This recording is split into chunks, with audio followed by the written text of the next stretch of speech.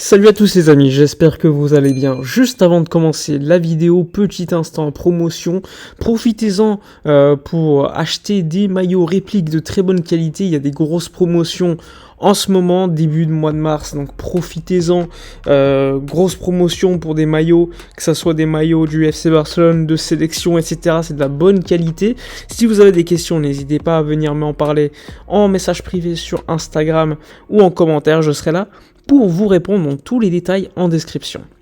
Allons-y pour la vidéo de la journée, une vidéo qui sera concernant les déclarations même, l'interview effectuée par Vitor Roque, le joueur brésilien qui joue à l'Atlético Paranense, et évidemment c'est très intéressant d'en parler puisque on voit quelques mouvements effectués par certains journalistes pour montrer surtout l'avantage qu'a le Barça dans ce dossier.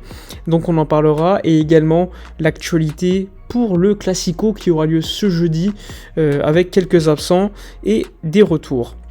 Donc allons-y pour Vitor Roque qui a fait une interview hier, une interview à Sport, et pas à n'importe quel journaliste de Sport, c'est Joaquim Pieira, donc c'est un journaliste qui suit le marché brésilien. Chaque fois qu'il y a une interview, que ce soit avec Hendrik, il y a quelques mois, c'était déjà lui qui était à l'interview, que ce soit encore avec le deal Rafinha, c'est lui qui était aux informations les plus fiables, et là encore une fois, comme il s'agit d'un Brésilien, il a ses sources, et il est quand même très fiable concernant ces sujets, et donc l'interview elle sort de sa part, donc c'est un signe évident que de la part du joueur comme de l'agent, eh bien ça montre que le joueur veut absolument signer à Barcelone, ça montre aux autres clubs que le joueur préfère Barcelone, et ça c'est très important pour commencer à se bouger pour faire un tel deal. Donc allons-y sur les quelques déclarations assez intéressantes du joueur. On l'a vu tout d'abord avec une photo avec sa famille où il met en avant évidemment une qui était relative à lui, qui a été effectuée par Sport, où il négocie déjà, donc ça montre encore une fois que ça avance dans le sens pour une arrivée du Brésilien. Beaucoup de comparaisons effectuées avec Luis Suarez, que ça soit dans le style de jeu, que ça soit également le fait que ça soit un joueur sud-américain, eh bien il y a une certain profil, une envie supplémentaire, ça c'est quelque chose qu'on remarque beaucoup chez les Sudam, même au niveau du physique, c'est quelqu'un qui lui ressemble beaucoup, donc Vitor Roque s'exprimait pas mal de fois sur Suarez en disant que c'était une légende, que s'il arrivait à Barcelone et qu'il atteignait son niveau, ce serait exceptionnel. Il a encore une fois évoqué le fait qu'il joue à Grêmio, donc au Brésil, Suarez, donc il peut échanger prochainement un maillot avec lui et qu'il le ferait avec plaisir. Il se rappelle de lui quand il jouait avec Suarez sur FIFA, donc pas mal de déclarations en ce sens. Il a expliqué que jouer à Barcelone était un rêve pour lui, et même pour tous les joueurs du monde entier, donc c'est quelque chose, encore une fois, un appel de pied de la part du joueur supplémentaire. Beaucoup de déclarations évidemment relatif à la politique de jeunes, où il évoque par exemple Pedri et Gavi en disant que c'est des stars alors qu'ils sont très jeunes, qu'ils ont quasiment son âge, donc c'est important de valoriser des jeunes, et même pour l'attirer lui, parce que tu montres que tu fais confiance à des jeunes.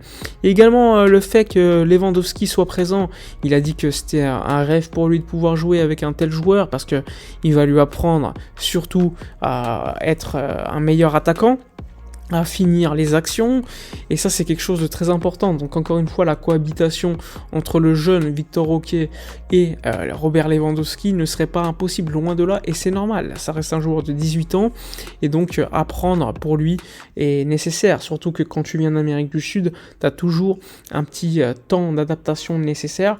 Le seul joueur que j'ai vu comme ça venir d'Am Sud et directement s'imposer dans un club européen comme le Barça, le Real ou quelque chose comme ça, de mémoire, je crois bien que c'est Arthur, mais Arthur ne s'était pas imposé de fou, mais son arrivée, rappelez-vous, lors de la saison 2018-2019, au fur et à mesure, il s'était installé comme un titulaire dès la première saison. Il a même joué en Ligue des Champions des matchs super importants comme titulaire. Je me rappelle de son premier match à 5h du matin, je crois que c'était contre Tottenham, il te marque un but de fou en pré-saison. Donc ça m'avait marqué. T'as évidemment Neymar qui, même si il était très jeune, pour sa jeunesse, il avait fait une saison exceptionnelle d'adaptation avec le FC Barcelone. Donc ça, c'est quand même des cas très très rares. Sinon, en Europe, je vois très peu de joueurs comme ça. Tu avais également Gabriel Jesus lorsqu'il était arrivé à City, mais encore une fois, là, il avait fallu quand même beaucoup de temps. Vinicius, quand il arrive au Real, là aussi, il avait joué par le Castilla, puis un petit peu de temps pour qu'il s'acclimate. Donc de manière générale, les Brésiliens ont toujours besoin de temps. Et là, vu que tu as Lewandowski qui a quand même un certain âge, mais qui est le présent du club, Victor Roque aura quand même suffisamment de temps pour apprendre le poste et s'aguerrir à côté d'un tel attaquant. Donc ça, c'est quelque chose de très intéressant pour nous. Donc Victor Roque, je le rappelle, prix fixé aux alentours de 30-35 millions d'euros, même si le président du club brésilien voudrait plus, en disant que ouais, il y a d'autres clubs qui sont intéressés. Eh bien, le joueur, lui, il veut que Barcelone. Donc ça, c'est un avantage très important pour lui. Sachant que son agent, il travaille en étroite collaboration avec André Curie, ancien scout du FC Barcelone, qui avait d'ailleurs participé au fait que Neymar arrive à Barcelone et parte aussi au PSG. Donc c'est quelqu'un qu'on connaît très très bien, là aussi ça peut servir. Et également l'importance de quelqu'un comme Deco, qui contrôle d'une certaine manière aussi le marché brésilien. Et on sait que Deco est très proche de Luis Felipe Scolari, qui est le directeur sportif de l'Atlético Paranaense, donc le club de Victor Roque. Donc là aussi, très important. Et personnellement, je suis plutôt optimiste concernant l'arrivée de ce joueur.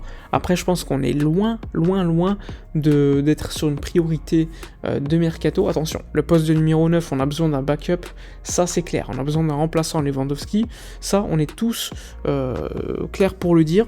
Mais je pense qu'on a une priorité notamment sur les postes des latéraux, qui est importantissime et il faudra renforcer. Tu as le poste des milieux de terrain, que ça soit numéro 6 soit un relayeur supplémentaire. Et on attaque un ailier gauche, pour moi c'est aussi très très important pour se renforcer. Donc voilà pour Victor Roque. Concernant le Classico de ce jeudi, bon, ça va être un Classico au Bernabéu, alors là moi je suis clair. Oui, on a toujours des ambitions de gagner la Copa del Rey, ça c'est sûr, mais c'est un match aller-retour et je pense que limiter le résultat va être très important en vue du match retour, où là tu auras récupéré Lewandowski, Pedri, etc. qui seront de retour, alors que pour le match aller, tu n'as pas Dembélé, Lewandowski, Pedri, donc ça va faire beaucoup de mal à l'équipe. Sachant qu'Ansu Fati reprend l'entraînement aujourd'hui, je pense pas qu'il sera titulaire directement, donc je m'attends clairement à une attaque Rafinha, Ferran Torres et Gavi en faux ailier gauche, mais on n'aura pas ce milieu dominant qui est Pedri, et ça peut changer beaucoup de choses. Donc cette actualité des blessures est quand même très importante, elle frappe le Barça. Lewandowski sera de retour vraisemblablement contre l'Athletic Bilbao dans 2 semaines. Tu auras également le retour de Pedri et de Dembélé à ces alentours-là, donc juste avant un autre Classico de Liga cette fois-ci. Et donc d'ici là, il faudra limiter la casse, sachant que lors du prochain match de Liga contre Valence, tu n'auras pas non plus Gavi qui est suspendu. Donc beaucoup d'absences, un match importantissime au Camp Nou contre Valence. Il faudra assurer une victoire pour être un peu plus tranquille en attendant le retour de tous ces joueurs. Enfin bref, on a fait le tour sur toute l'actualité. N'hésitez pas à me donner vos avis concernant toutes ces actualités. Encore une fois, soutenez la chaîne, likez, commentez, partagez. Si vous avez des questions, je suis là. Je vous dis donc à la prochaine et d'ici là, comme d'habitude, portez-vous bien.